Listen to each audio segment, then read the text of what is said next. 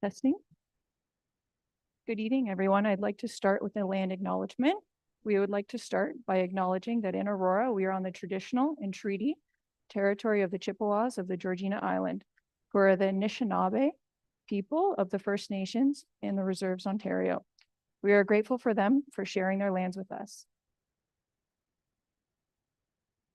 Good evening, everyone. My name is Lindsay Clark, and I'm the Supervisor of Animal Services for the Town of Aurora. Thank you for joining our presentation today. We are excited to partner with Coyote Watch Canada to enhance our understanding of urban wildlife and promote a positive coexistence within our community. Coyotes and foxes play a vital role in our ecosystem, but their presence can sometimes raise concerns. Tonight, we'll discuss coyote behavior and safety tips and the ways to maintain a healthy coexistence with these animals. Before the presentation begins, I'd like to highlight our new online GPS or GIS fox and coyote reporting system. This allows residents to report all sightings and encounters within the community. This tool is an asset to help our animal services team focus on patrols, place signs in high traffic areas. In addition, help foxes and coyotes in our community suffering from mange. Now I'm pleased to introduce our guest speaker, Leslie Sampson from Coyote Watch Canada. Leslie has been working with coyotes since the 1990s and brings valuable insight into wildlife management and community education. After Leslie's presentation, we'll have a Q&A session for further discussion. Please wait till the end of the presentation to ask any questions. Thank you for being here today, and now I'll hand it over to Leslie. Thank you so much, Officer Clark, and welcome everybody and those of you that are watching from the comfort of your home. It's an honor to be here, and hopefully you'll be able to take away some good information that will help you live safely and coexist with this fascinating species. So first of all, okay, not clicking.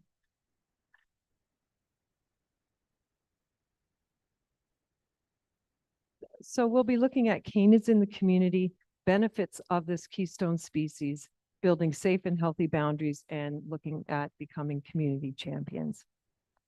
And so who we are, we're an action-focused organization. Our mission is to foster safe and healthy human-wildlife dynamics through education, field response, working partnerships, and science-based solutions. So the canids in the community, we have in Southern Ontario, we have red fox, eastern coyotes, and of course our domestic dogs. And if we talk about coyote coexistence 101, let's talk about DNA. Yes, our eastern coyotes have remnant Algonquin or eastern wolf DNA, but we really need to look at how we are not attracting them. We don't want them coming to the properties or parks where they might be trying to solicit a handout food reward. So it's really imperative we look at do not attracting them. So eastern coyotes and red fox are all part of the same family canid as our domestic dogs, wolves, and jackals that don't live in North America, but they're all part of that same family canid. With eastern coyotes, one of the fascinating characteristics of them is that they do mate for life when left to thrive. And so these mates will maintain a territory and they share that landscape with their young pups and sometimes yearlings from a litter from the year before. They live in related family groups. So any outsider coyotes that are not related will be kept away. Defending their family home range or territory is vital and a core behavior of their survival and maintaining a stable territory. The dynamics of the family are key. So mom and dad, and there might be yearling from years past that come back and help raise the pups of the year. And mom and dad are very protective and defensive, and dogs are considered another predator to a coyote family, especially when they're young and vulnerable, like at this age here. So they're very diligent and they're watching it, constantly watching to make sure that things are safe in their environment. The life cycle, the developmental cycle for young pups, eastern coyotes have to grow up very quickly. Right now in the landscape, and I'll get into that a little bit further later, but right now you're seeing pups out there that actually look like the size of adults. So the first 2 weeks of their life, they're born with their eyes closed and their ears down. So they're essentially vulnerable and blind.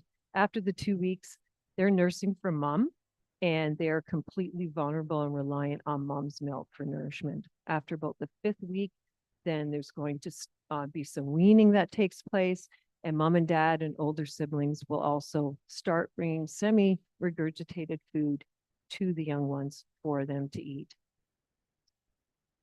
And so you can see here, Urban 23, that's a younger pup who is eliciting a food regurgitation from his or her older sibling. And so they go and nibble at the mouth, and the adult will regurgitate food so it's easier for them to digest. And there again, you can see that same behavior. There's 2 older siblings, they're yearlings, they're just about a year and 2 months old, and then the young pups of the year. So when we look at seasonal milestones, it's really important for community to understand what's happening out in the landscape. What do we expect to see? What would coyote families be doing now? A lot of assumptions are made on, dispersal happens in the fall. Dispersal from a home range territory can happen throughout the year. Some older pups don't leave the territory for 3, 4, 5 years. So the courtship, mating, den selection, raising a family, developmental stages, and home range dispersal, that's all part of their very complex lives.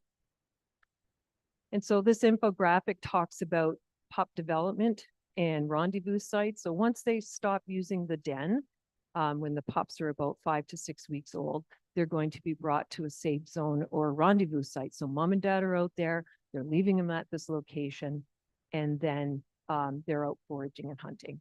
And this is a lot of times where conflict can occur with dogs and coyotes. Forced dispersal, unfortunately, can happen anytime. Infrastructure, one or both parents die, they lose the territory for whatever reason. So it's not really in their natural course of their lives to be doing that because of infrastructure or damage to part of the habitat. And then dispersal and mating time. So there's only one period of time that the female can come into estrus, and it's a short period. Usually it's around the middle of February, sometimes a little earlier or later. And they're monoestrus, so one cycle a year. And the male is viable and the female at the same time.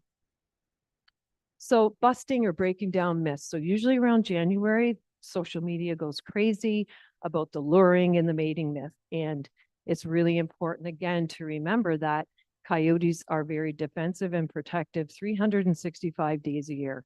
It doesn't have anything to do with whether they're procreating or not. And it's important, again, to have that good stewardship with your pets and ensuring that you're not allowing your dogs to interact with coyotes. Coyotes, again, I mentioned mate for life, so they're really not going to be interested in luring a dog. And there's links there that you can find on our website. So what's happening in the landscape right now? Oh, something came up there. Let's see. Sorry, folks.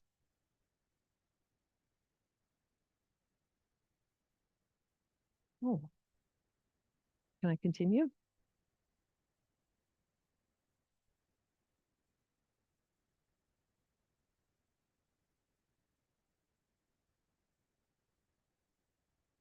Should I say anything? Okay. Sorry, folks that are watching out there. There's some technical difficulties happening right now.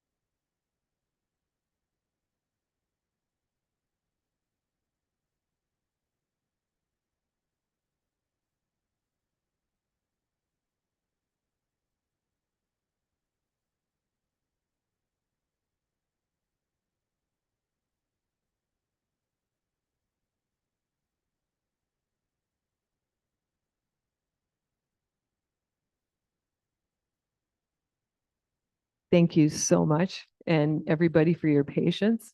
Hopefully we won't have another glitch like that, the computer.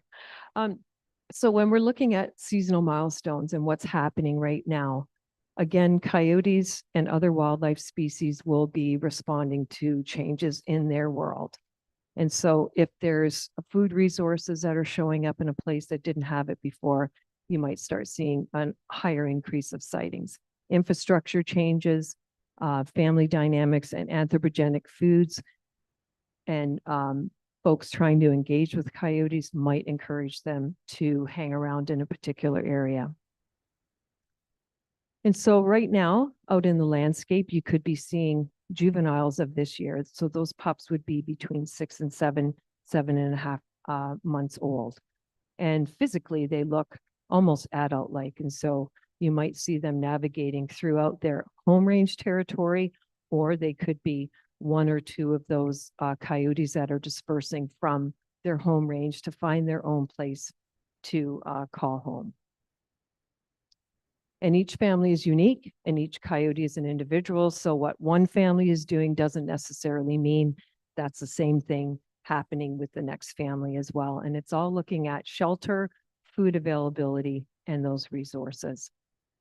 And so physiologically, when we're looking at coyotes, they do look individual, but sometimes you might recognize a coyote by the markings. There might be, nicks in the ear or facial dynamics that you recognize a particular coyote in the environment. But again, out there right now, you could have a family with 2 adult parents and 3 juvenile pups.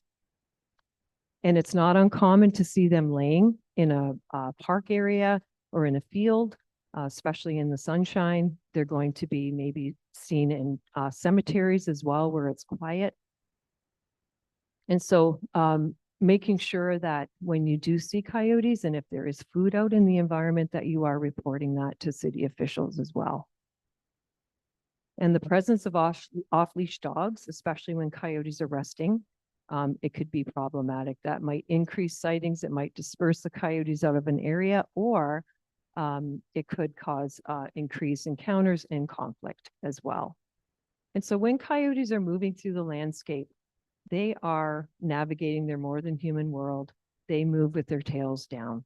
When they're communicating with their own kind, they might have different body gestures, but when they're moving out there in the landscape, they want to conserve energy, and they move in linear fashion. And as you can see here, the tail is down. So eastern coyote is a keystone species. A lot of communities, they're a new canid that's there. Coyotes really migrated into the area. The eastern wolf or Algonquin wolf was here, and the western coyote came. And so this amazing hybrid, which we call the eastern coyote, is now part of the landscape in Ontario. And so what is their ecological benefit? And for social, they provide many, many services for the community. They're subjects of research studies, cultural, spiritual celebrations, ecological role. They're removing carrion out of the landscape. They're also contributing to the removal of zoonotic host species, especially the lower the rodent populations. And they're also been recognized as seed dispersers as well. And so looking at them as carnivores, yes, but they're adaptive omnivores. Their diet is very flexible depending on the season and what available foods are there. So again, if anthropogenic foods are being provided, all of a sudden now a coyote or family might be visiting one area in the community as opposed to traveling through their entire territory if people are providing food. And so they're flexible, their foraging and hunting choices are dependent on the season availability. And they can eat anything from snails to vegetation. Rodents and small mammals make up to 60 to 80%. And again, that's going to be based on geography and seasonal availability as well. We don't want to be providing coyotes or any other wildlife with extra food sources. This is a study by Lukasik and Alexander, and they looked at what the diet breakdown was from scat analysis, fancy word for poop. So they had a total close to 500 scat. And amazingly enough, I've got actually a better bar graph here, but the majority of their food came from small mammal. And secondly, herbaceous plants, and then third, the crab apple. So it shows you the diversity of their diet, but they will also rely on fruit. Coyotes will climb trees, so will fox to get to fruit resources as well. And a very, very small percentage of domestic animals were in the scat, and that wasn't determined whether it was carrion or actual fresh kill. If you do the math, and this would be conservative, if one canid species, whether it's a fox or a coyote, had 5 rodents a day, that individual animal would be removing 1,825. You double that amount, that's a huge amount of rodent populations that these animals are capable of influencing in the ecosystem. And that also alleviates some of the need for using poisonous rodenticides in communities.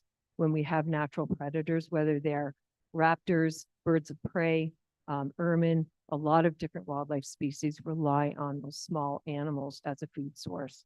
They're very creative and adaptable foragers and hunters. Oftentimes, farmers' fields, you'll see coyotes and other animals eating the rodents and the insects that are turned up in the field. So this is where sometimes it's a challenge for community members, especially if they have little pets, big pets, indirect and direct feeding. It's more common than people would believe. And some folks might not even realize that they're doing it. So it's not uncommon for us when we're doing our investigations to go out into the field and find hot spots where people are deliberately leaving food. And it can be in a public park, in near playgrounds, in a parking lot, cemeteries. It really, where people choose to leave food, it's not selective. A situation like this, first of all, it's really nutritionally void. There's not a lot of goodness in food, human food for wildlife. We don't want to be subsidizing their food resources. And so you will see then coyotes and other wildlife species going to areas where there's food being provided. And it's pretty easy. It just takes one person in a community to be feeding, and that can encourage a coyote or a family to come and look for that food reward.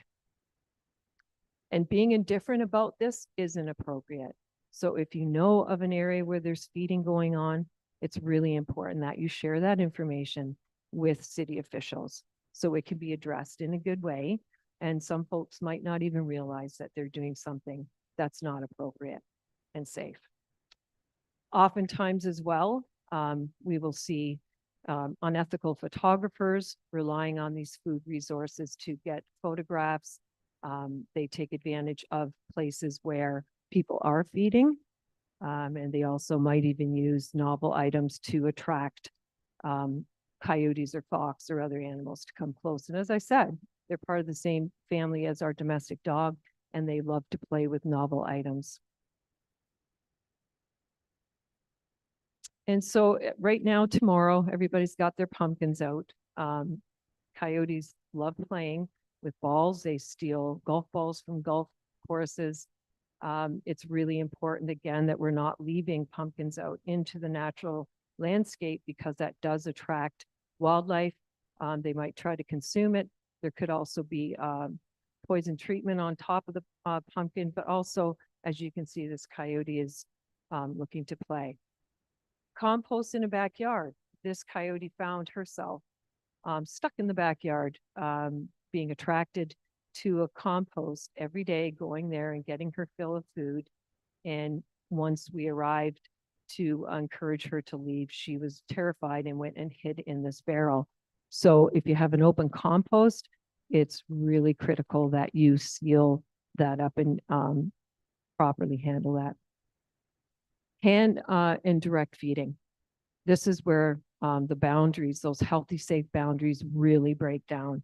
You would be surprised how many folks want to get that selfie that photograph and post it on social media, and they use food to increase the proximity tolerance. And coyotes and fox will respond to that very quickly. To get the food reward, there's a false trust that develops. And this behavior is often misinterpreted as being fearless. And what it is food and human conditioning. And so it's not only the food that's conditioning this animal, but also the human as well. Cases like this, when you pull into a parking lot at a park or a shopping mall, and if there is a coyote or fox in that parking lot, that is a direct correlation with food being provided. And so there's a ripple effect there, because the people that are feeding, they get their reward. They might take photographs. They may feel good about it. They're killing these animals with kindness. But what can happen is that ripple effect, the next person that pulls in with their vehicle, the coyote might approach the car. And that's where we can have conflict. And again, that misinterpretation of fearless. This is a great case study. Our canine response team that was responding to calls about a coyote that was visiting every day. And on that street, in the houses, one person was feeding that coyote in the backyard. And these are photographs that were taken from the neighbor's house, second floor bedroom. And so you can see the food items that were there. And because the individual insisted on feeding, that coyote's passing through every backyard. And there was little dogs out there, and people were very concerned. Once the food was stopped, this coyote stopped hanging around. So the harmful handouts really do impact everybody, and it increases the likelihood of encounters for people, pets, and the wildlife. This is a great study by Dr. Numi Mitchell, and it demonstrates how evident providing food for animals can really impact their behavior. The top graph shows the trajectory of the coyote visiting in a neighborhood. The radio caller provided that data, and they found out who the person was that was feeding, and they were able to stop that. And with 3 to 4 weeks, you can see in the lower graph, the trajectory, the coyote stopped visiting the neighborhood. So with direct removal of food resources and maybe messaging through aversion conditioning, these behaviors can change. So responsible pet guardianship. This is where a lot of folks have had difficulty. They've struggled. They might have had incidents where dogs and coyotes interacted, or dogs and fox. It's really important to remember to use a leash. If your dog isn't 100% voice recall responsive, you're taking a chance. And there's so many other dangers that are out there besides engaging with wildlife. And for our cats, people debate this all the time, but cats are safest indoors where they're protected. This is a great example of a catio. There's a link to the resource. Some people have a tiny one off of a window. This is a larger one, but there's so many dangers to our beloved felines that having them free roaming, they're exposed to poisons, other dogs, birds of prey, people that don't want them on their property, traps. They could eat an animal that has been poisoned by rodenticides as well. And so when dogs are loose, especially in places where it's an infraction against the bylaw, it's really difficult because wildlife is being dispersed. And whether it's deer or coyotes or fox, we want our dogs, our beloved pets, to be safe. And it's not the dog's fault. They're doing what they do naturally. Following the leash laws is one way that you can protect your beloved pet. Great research from Alexander. The cases that they looked at, 92% of those cases were dogs off leash. So it's not perfect, but we know that we can have better control and keep our dogs safe by having them on a leash. And that reduces the conflict as well. So there's an example of a dog chasing after a coyote, and know that coyote did not lure that dog. The dog was off leash and chased after the coyote. So The problem with that is if that coyote runs back to family or near the den, there could be a physical altercation between. When you're out recreating with your dog, make sure that, you know, your earbuds are away, your cell phone, you're paying attention, you're aware of the area, what seasonal milestones are happening at that time. Is it denning season? Have you seen behavior of a coyote escorting you out of an area, away from the den site? If you do see any feeding happening or food on a trail, please, if you do have a bag, you can bag it up or report it to the proper agencies. And being aware and educated to be safe and responsible, because we want our pets to, you know, to have time outdoors as well. So if you're ever out and you're walking with your dog and all of a sudden you start hearing barking or a coyote starts howling, think again, what time of year is it? Is it denning season? So anytime at the end of March, right up until the end of the summertime, thinking about those seasonal milestones. Oftentimes in areas where dogs are off leash chronically, there can be a history there of dogs chasing coyotes or trying to interact with coyotes. And that can also be an indication. That's something you should share as well with city officials or town officials. And so it's important to think about that and pay attention to what their behavior is like. Is the coyote howling, barking, or jumping up and down, doing a bluff charge forward and moving backwards, or circling around and then showing up somewhere up the trail? A lot of times coyotes will try to communicate to the person walking the dog, but the person isn't sure what the coyote is trying to say. And so at the end of the day, there could be an altercation where a coyote is biting the back of the leg as well. Small dogs are very vulnerable. And if there is a coyote in the area, picking up a small dog and carrying them out is really the best way to deal with that. This kind of posturing is what a coyote does when they're communicating, that they want that dog to move away. And so you'll see that not only between coyotes themselves, but you'll see coyotes doing that to domestic dogs, especially that are near a den or near a rendezvous site where the pups could be. And some folks allow their dogs to play with coyotes. Again, it's diminishing those healthy boundaries. We don't want our domestic pets to be engaging with wild animals, because then that coyote might see another dog and think they're okay, and that dog might see another coyote and think that they're okay. So we don't want those healthy boundaries to be diminished. And so the best reaction, if a coyote's in the area and you're not feeling safe or you're not feeling confident enough to try to move that coyote out, especially if your dog's off leash, please leash your dog up. And again, coyotes are seeing the dog as another predator. And if there is a food resource, they could be guarding that as well, and calmly leave the area. And so when you hear those vocalizations, another myth as well is that coyotes are howling and barking and doing all these things when they're eating a meal. That's like us trying to sing opera with our mouths full. It's not possible and it serves no purpose. They're not going to advertise that they have food. This is their way of communicating with family and non-family members that the territory is taken. Oftentimes as well, it could be 2 or 3 and you're thinking you hear 8 or 9, and that's an auditory illusion called the Bow-Gest effect. And there's some great research out there. There's a link there from the study, Do You Hear What I Hear? Coyotes bark and yip and howl to also find members of their family and warn of danger as well. And so if you see a mom with pups, or you happen to come across a den, again, you're not approaching that. Whether you're with a dog or not, you should not be approaching a coyote family at all. And we don't want our dogs to approach. Dogs are just doing what they do naturally, and we want to keep them in a safe way. So immediately leashing up and slowly backing away. Pups at this age are very vulnerable to birds of prey, to dogs, and to people actually trying to remove them from the landscape.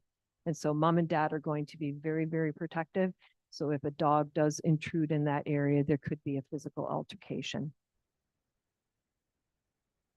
And so if mom and dad feel that the den is a risky place, they might choose to move the pups to another location. And this is very challenging for them, especially if people interfere or dogs go after them. Oftentimes, mom or dad will drop the pup. They will return back to get that pup. So it's really important that you reach out to the folks that are experts at working with wildlife and contact, you can contact us or agency personnel, and we can work with that coyote family to reunite. And so what happens is as well, you might see a single coyote in the distance watching in an area, and they're the sentinel basically. Oftentimes it's the father who's watching the den from a distance. And so if they're reluctant to move, it could be because they're also protecting the den.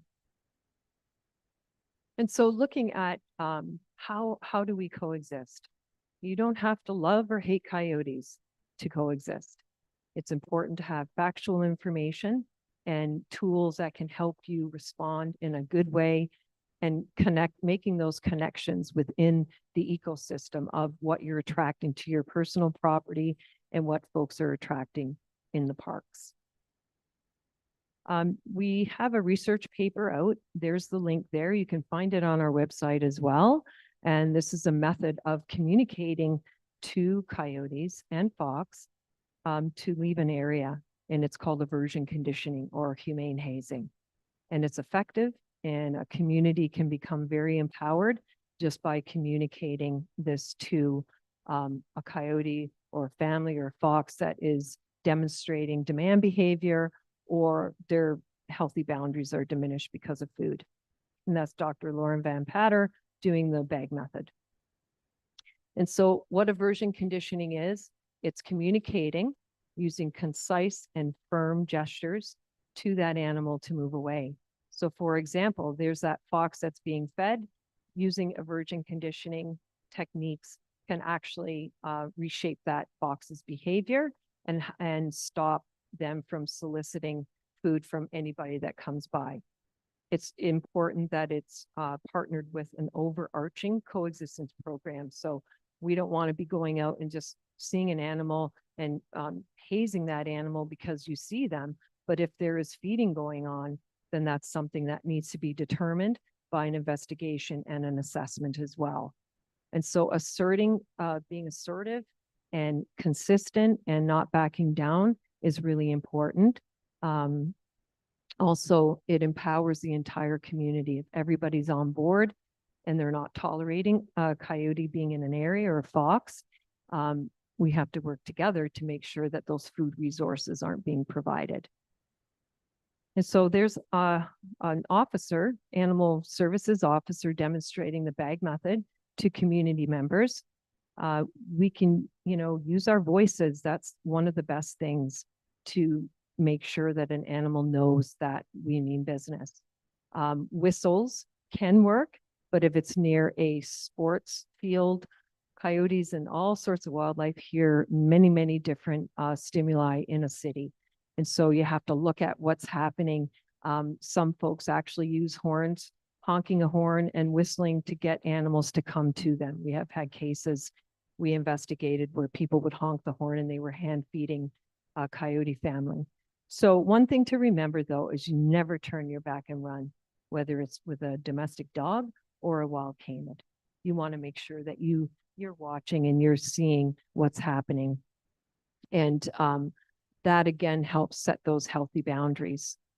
And I will be showing you a video at the end of one of the officers using aversion conditioning in the bag method. And so being big, loud, and consistent is truly important, but please do go to the website and check out that research paper.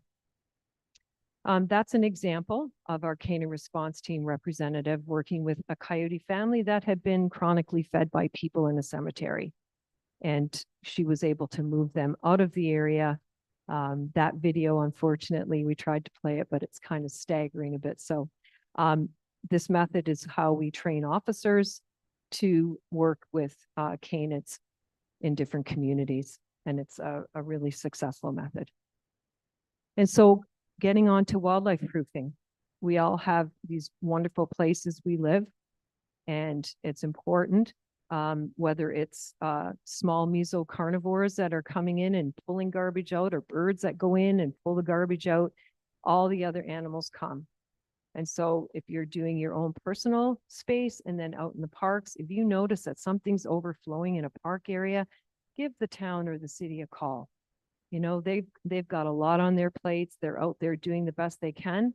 People can go by and dump garbage, and they could have just had somebody going by and picking it up. So helping with that regard is important.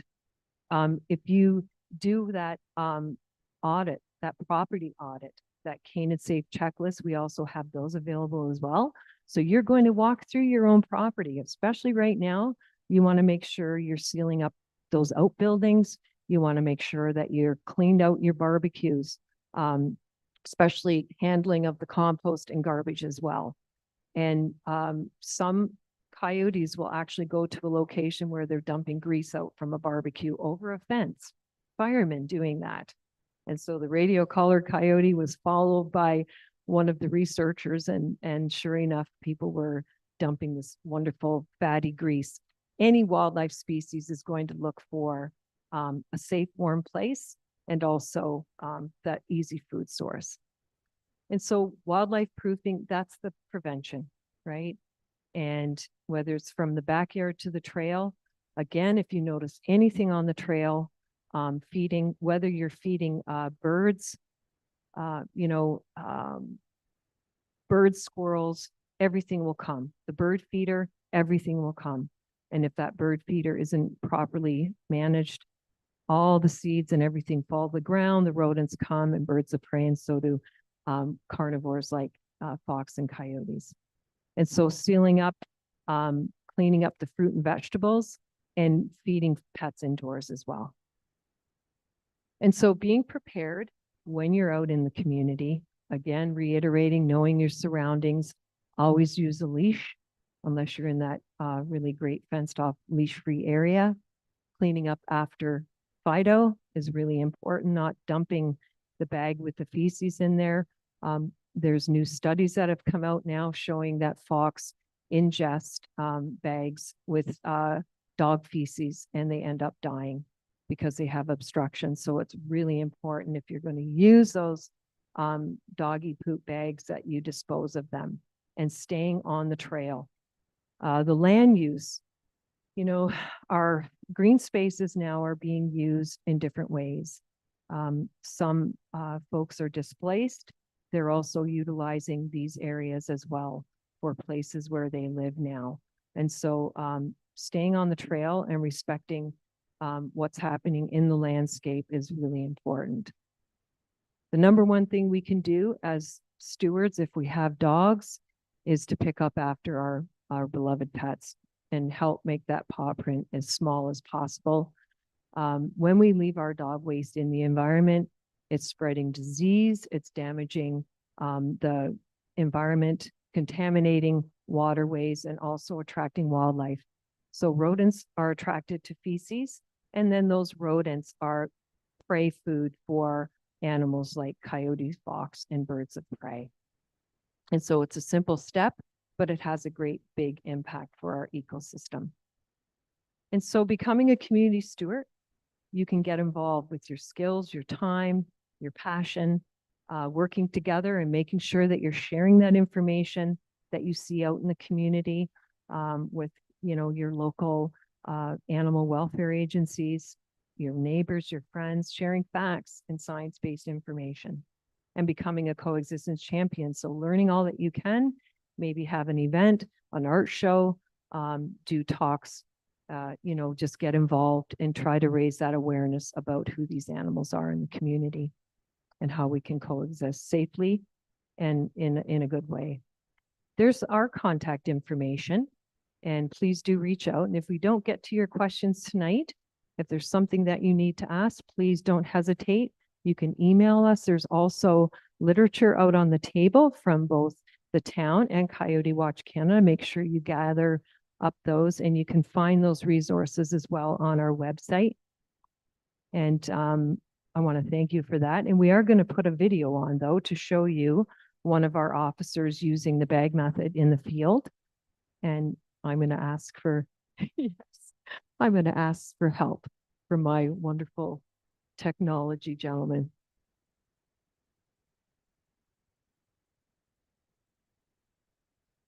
And this is the bag method.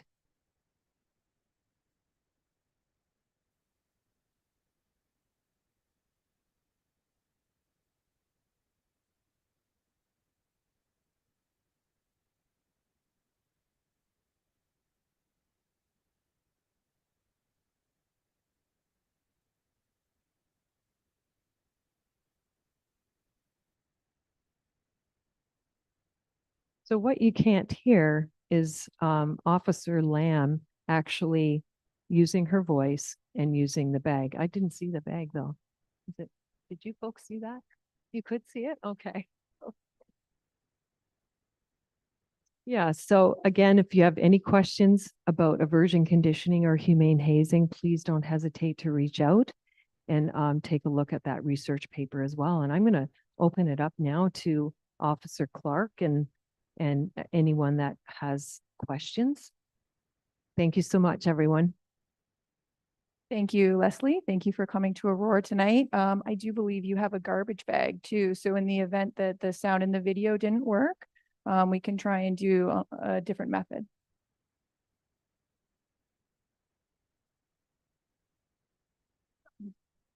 This is really great because it serves a couple purposes. You can use it as a raincoat. If it starts raining, pop a hole through the top, or you can pick up garbage as well. We always advise folks and our first responders that you always want to make sure that you have air in the bag before, because you know how when you go to open up those garbage bags in your kitchen, they're stuck together and you're pulling them apart and you can't open them. You want to make sure that you practice before. And Officer Clark, will you do me the honor? I will. Go away. Go away. Go away. And the great thing is that you can also do it with one hand, and you can also do that non-ambulatory as well. So you can still do that same method, and you're walking forward and you're firm. Now, are we going to do that though if mom is with pups? If dad has a food source? Exactly. So you want to always think about the circumstances, the time of year, and if you ever, feel like you're not confident or comfortable enough, then you need to reach out again, especially to the agencies that you rely on to help you with wildlife concerns or issues. And so it takes practice, and lots of folks do it and they're successful. The officers that we've trained, and it's over 2,000 now, the bag method has always been successful. So, and if you do it, we want to hear from you, but you can't go like this.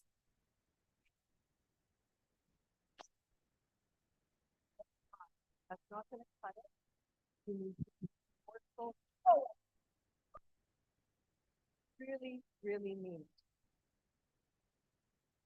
Thank you. Thank you, Leslie. That did shock me. So any questions from the audience that we can look at? Yeah, sorry. I'll bring you the mic just so everybody can hear. Oh, you got it? Yeah, I have questions about the size of litters. Is there any difference in the size of the litter in urban versus rural environments? That's a great question. You've had some really awesome ones tonight, by the way. So again, the size of the litter is going to depend on the food resource, the health of the mom, and also if there has been a legacy of persecution. So what they find is there's compensatory reproduction that can happen if coyotes in a particular area are being removed all the time. They might have larger litters because now there's more food resources. So what we found is sometimes the average is 2 to 5, but the survival rate, now that one photo that I showed, that was from Manitoba, that particular litter, and both parents were killed. And so 10 of them survived. They were brought into rehab, but it's pretty difficult. And within the first year, over half perish. And that's just natural mortality for them. So Okay, your first comment answered my second question, in fact, food supply versus size of the litter, and you've answered that. Thank you. yeah, really great question though. Thank you.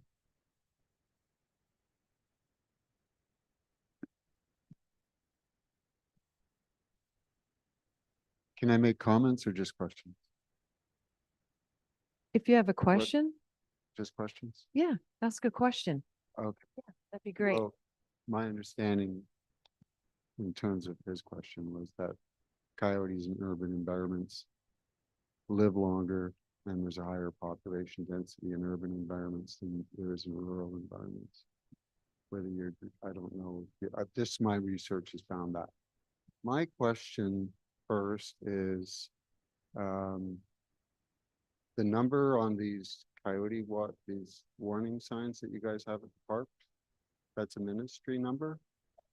Right, but the town wants us to call their number, so I guess, I don't know if all the sightings are being reported properly because there's conflict in the numbers that, I'm from Newmarket, so the number that we have is the number there, and I have had people that have called the ministry number and they just say like, why are you calling us, basically? Right. So we have been advised that the ministry does track the numbers, but if there's a report of like an aggressive incident, then it would get directed to us or YRP.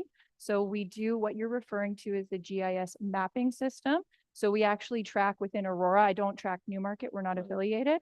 But the numbers we track for Aurora, so people can go online, say they see a fox on Kennedy West. They click the paw print, they put the date and the time. So then we monitor where all the sightings are in Aurora. But if you go onto the website, the number is not, it's a different number that they're asking you to call to report sightings so that the animal control officers can respond. There's different Right. numbers to call, but I can see what you're saying. Do you know what I'm saying? Like if I'm at Haskett Park, that's where I live. Oh, yeah. So, Yeah. So if I'm there and I see a coyote and call this MNR number, that's not going to get, that information isn't going to get to the animal. You would call the control town of people. Newmarket, right? But Mhm. yeah, I know that, but most people at the park don't know that. Mhm. You know what I mean? Yeah. Yeah, put the number that would get you contact with animal. And that control. is in the works, yeah. So we were actually Yeah. revamping all of our stuff. So as of January 1st, we joined partnerships with East Gwillimbury. So then that's when we'll be changing all of our signage to match municipalities and their bylaws as well. Okay. Another question I have is that, can I ask more than one or what you else? So one of the ministry's recommendations, and I didn't find it in any of your literature, Coyote Watch, was to clear the brush away from the back of your property, or, you know, just try not clear the brush or long grass or whatever, like if you live in a ravine area or something like that, because coyotes don't like to be seen, right? They prefer to be, well, but Yeah. one of the recommendations the ministry makes is to clear brush away. So I've been walking my dog in Haskett Park dogs for 27 years. I was stalked this year. Up until about 2010, never saw any coyotes. And then we started seeing them on the sidewalk, on the street, occasionally in the park, Perry Lake, etc. And then this summer we were stalked by a very large one. And apparently there's a den in Haskett Park on the other side of Queen. So my question is, and it kind of correlates with, and this isn't an issue for animal services or for you, but it's probably more for the town. And I have talked to my area counselor about it, is to, there seems to be a correlation to me with the naturalization of the parks and the number of rodents and the number of coyotes and the number of foxes that are seen. So what they've done along the ravines is let the,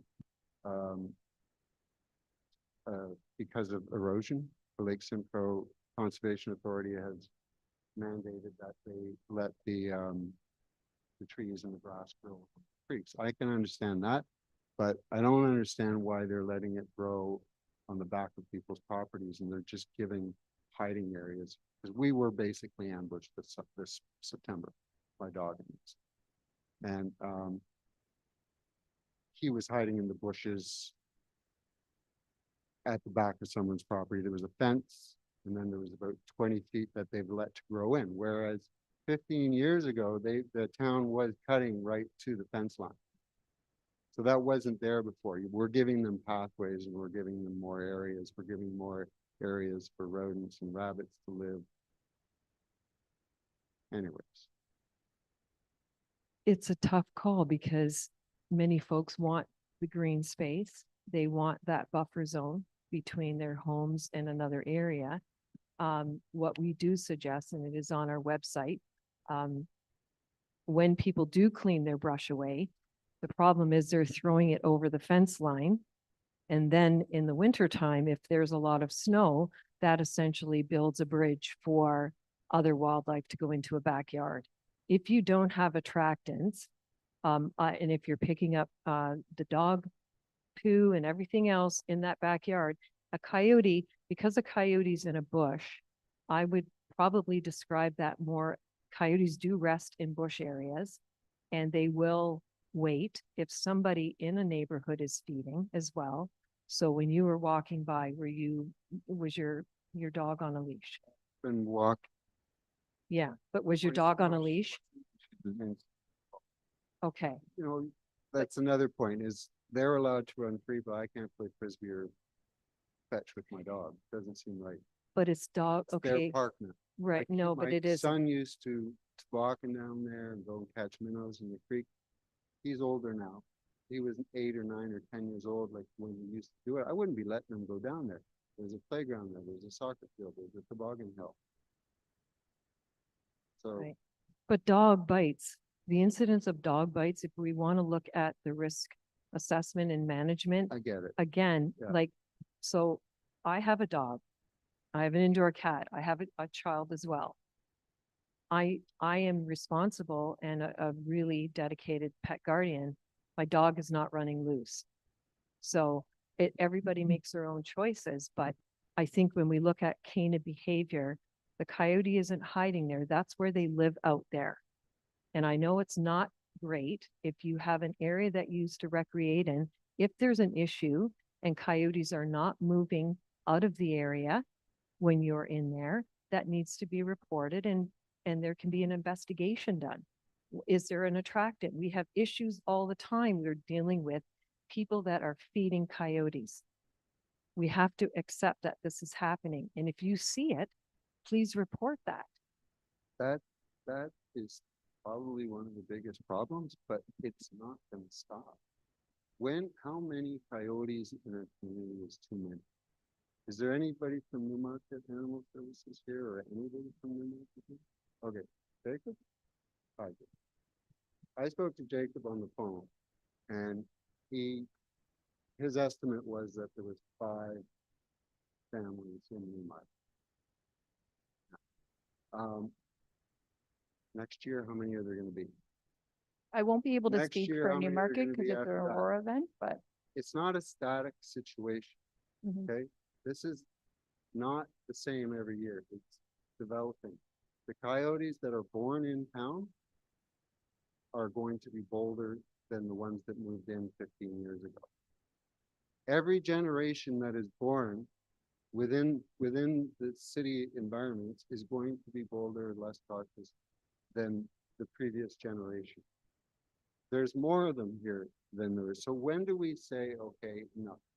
It's not just that they're taking our parks. They're walking on our sidewalks. They're walking on our front yards. They're walking down the middle of the road.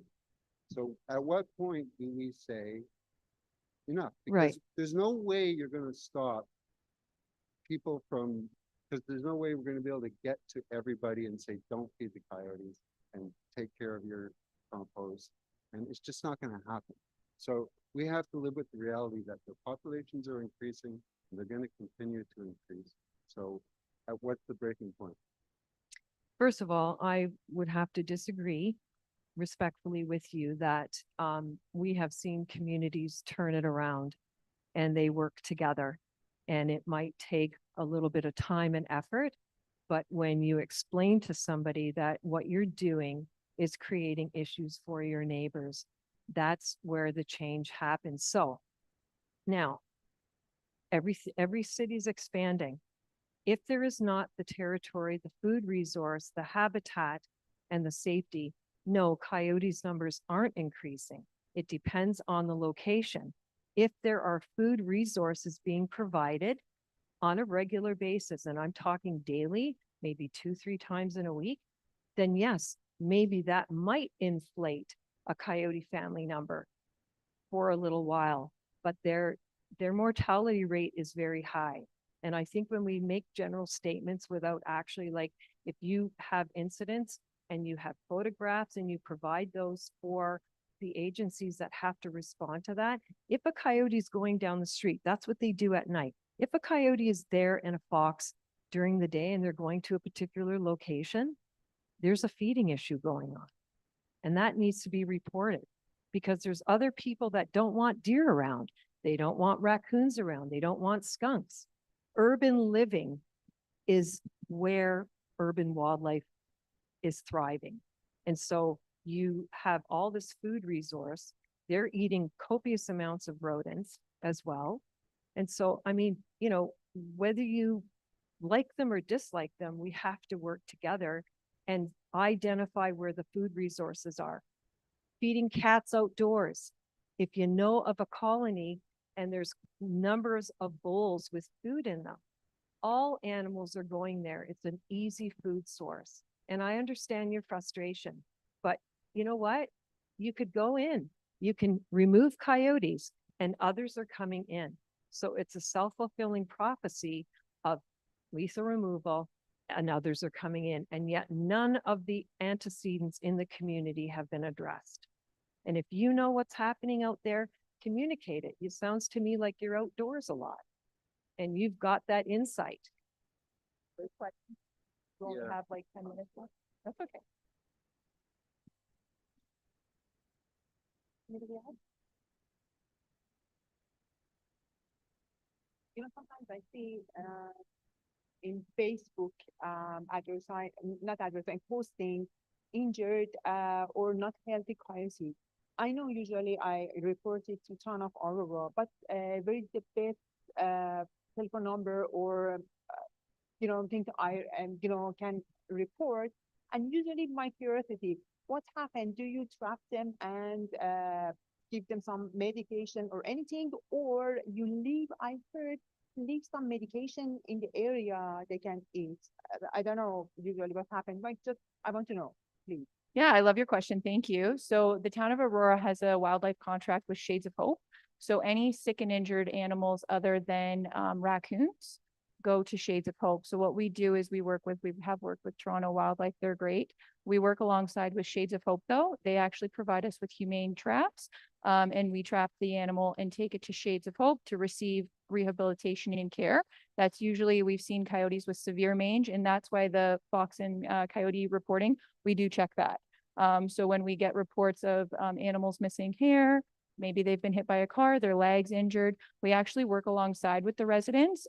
So if we receive a report on our online tracking system and your name and phone numbers there and your address, we will come to you. And we will discuss that and we'll look at next steps to be successful in being able to get them the care that they need.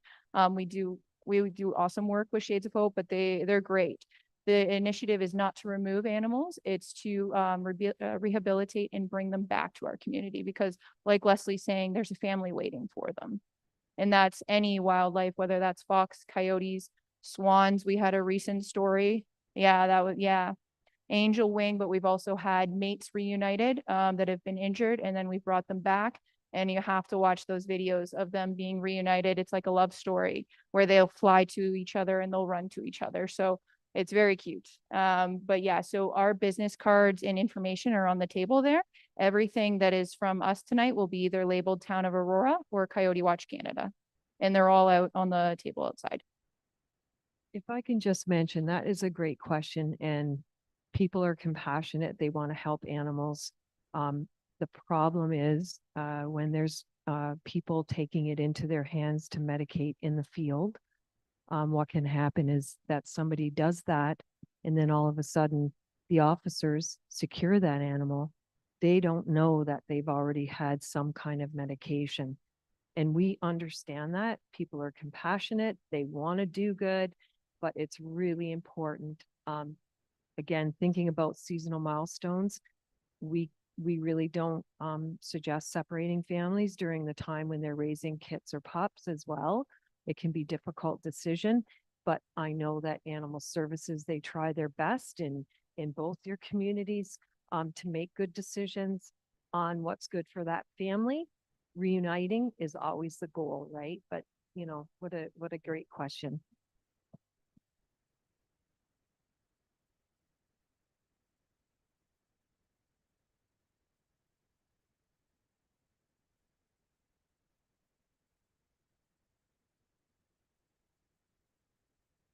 I would say on an annual basis, we probably grab 2 to 3 coyotes a year and foxes more so. So the town of Aurora facilitates services for Aurora, Georgina, and then as of January 1st, we assist full-time in East Gwillimbury. So we do love it, and we go from municipality to municipality. Our trucks are outside and they are fully capable of transporting a variety of animals. We have one side dedicated for wildlife only, and then another side domesticated for domesticated animals. Yeah, no problem. One thing, I was thinking about what you had said about the dogs and coyotes, and you brought up kind of an indirectly a really good point. In areas where you said your dog is very well trained, voice command. Okay, so you know how to train them with the word command.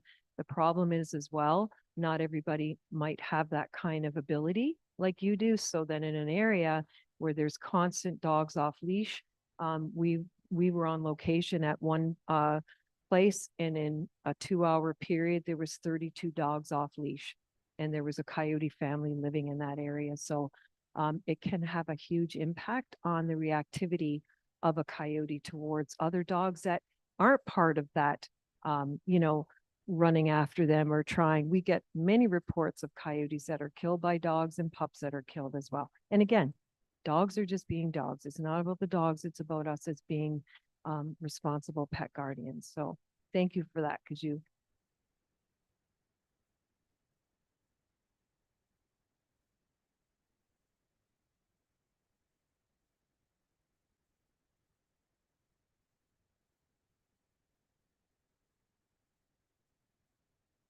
If there's food source, what's the food source? Is it rodents? Is it people feeding?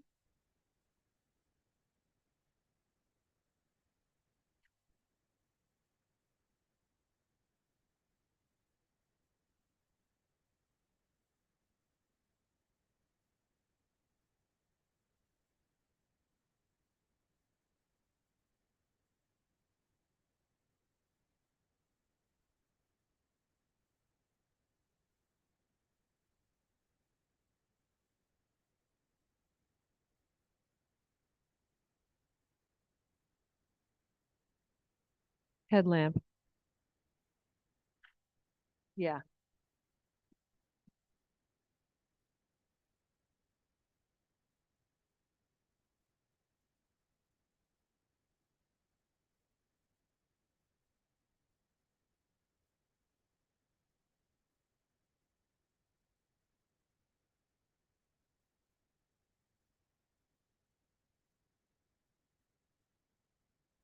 A viable ecosystem. Find out what the food is. You go there. We'll visit. Yeah. Well, thank you, everybody. That does wrap up the Coyote and Fox information session. If you do want any other information, all of our resources are on the table. And again, it will be labeled Town of Aurora Animal Services. It will also have Coyote Watch Canada on it. Okay. And our emails and phone numbers are on it. And please sign up for the e-newsletter. Love to hear from you. Thank you, everybody.